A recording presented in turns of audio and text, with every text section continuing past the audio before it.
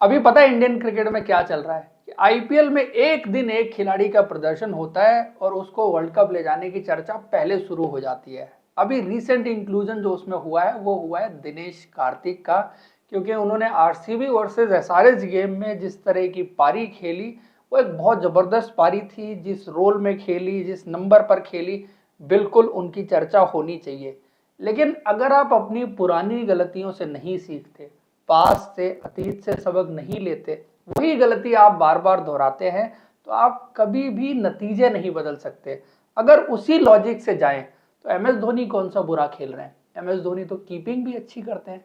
दिनेश कार्तिक बल्लेबाजी अच्छी हो रही है, लेकिन कीपिंग कितनी बेहतर हो रही है। और किसी भी टीम में एक विकेट कीपर को चुनने के लिए जितनी इंपॉर्टेंट बैटिंग है उतनी इंपॉर्टेंट कीपिंग भी है। कीपिंग भी एक एस्पेक्ट है। बट एम एस धोनी के साथ तो आपको एक्सपीरियंस भी मिलता है और वो रेपुटेशन भी मिलती है, एबिलिटी और सारी चीज़ें भी मिलती है। दिनेश कार्तिक ने पारी खेली तो एम एस धोनी ने भी, तो आप देखो इस आईपीएल में जिस तरह से बल्लेबाजी की है, उस लॉजिक से तो आप एम एस धोनी की तरफ भी चले जा सकते हैं। लेकिन नहीं, मुझे लगता है कि इंडियन क्रिकेट को इससे आगे बढ़ना होगा और बार बार उन खिलाड़ियों के पीछे नहीं जाना चाहिए जो शायद अपनी क्रिकेट इंडिया के लिए ऑलरेडी खेल चुके हैं। हाँ, बात जरूर आएगी, बहस जरूर होगी कि क्या दिनेश कार्तिक इंडियन टीम के स्क्वाड में होने चाहिए for a specific role, for a specific reason.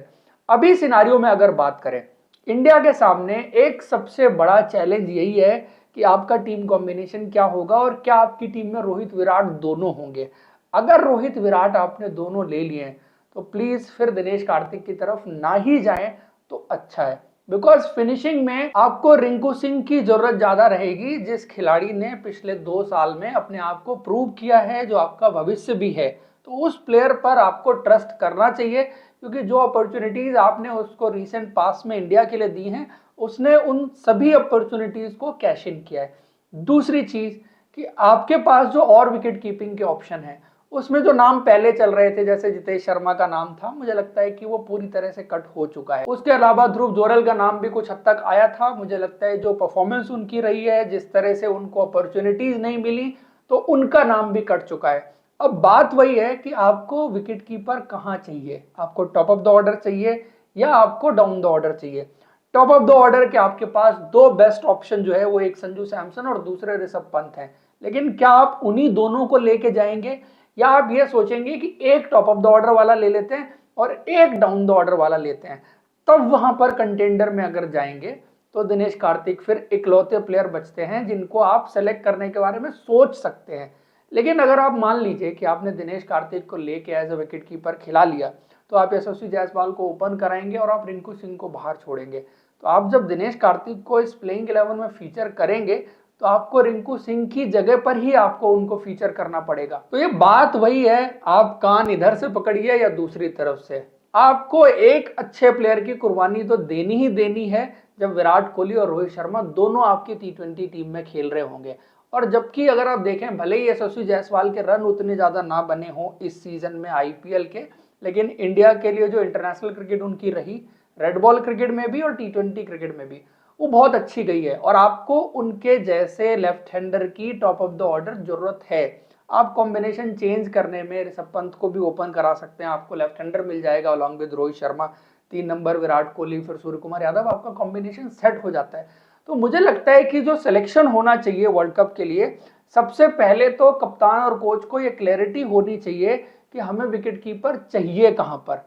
और मुझे लगता है कि आपके कॉम्बिनेशन में विकेट कीपर ऊपर ही आए तो अच्छा है, क्योंकि आपकी टीम को सबसे ज्यादा जरूरत जिस चीज की रहेगी वो रहेगी फिनिशर की, और फिनिशर आपके पास रिंकू से बेहतर है नहीं। तो अननेसेसरी पीछे जाके एक नई सिचुएशन क्रिएट करना, नया प्लेयर लेके आना मिक्स में, ये टीम के ओवरऑल बैलेंस को बिगाड़ेगा ही बिगाड़ेगा। इससे आपकी टीम का भला नहीं होने वाला है। आपको ये बात लॉन्ग टर्म विजन के पॉइंट ऑफ व्यू से भी देखनी चाहिए। वैसे ही आपने 2 प्लेयर, सीनियर प्लेयर वापस ला दिए हैं अपनी टीम में, उसके बाद आप तीसरा और ले आए, तो आप जब कंपेयर करने के लिए जाएंगे कि आपके इस वर्ल्ड कप में जो टी20 की टीम खेल रही होगी उसमें डिफरेंस क्या होगा, उसमें विराट कोहली भी वापस आ चुके हैं, उसमें रोहित शर्मा भी वापस आ चुके हैं, और हो ना हो कहीं केएल राहुल भी वापस आ जाएं, उसके बाद आप ऋषभ पंत को सेलेक्ट कर लेंगे, आपने दिनेश कार्तिक को भी ले लिया, सूर्य कुमार यादव ऑलरेडी हैं, हार्दिक पांड्या हो गए।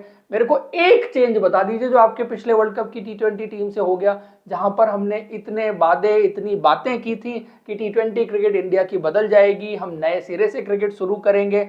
आपका बस यही होगा कि यशस्वी जायसवाल और रिंकू सिंह आपके मिक्स में आ जाएंगे, बट आपके बैटिंग ऑर्डर में जब सेट करने की बात आएगी तो उन दोनों के लिए जगह बनाना आपके लिए बहुत मुश्किल होगा। ऊपर से जिन खिलाड़ियों ने अच्छा प्रदर्शन किया है उनको आप अपनी प्लेइंग 11 में अकोमोडेट नहीं करेंगे।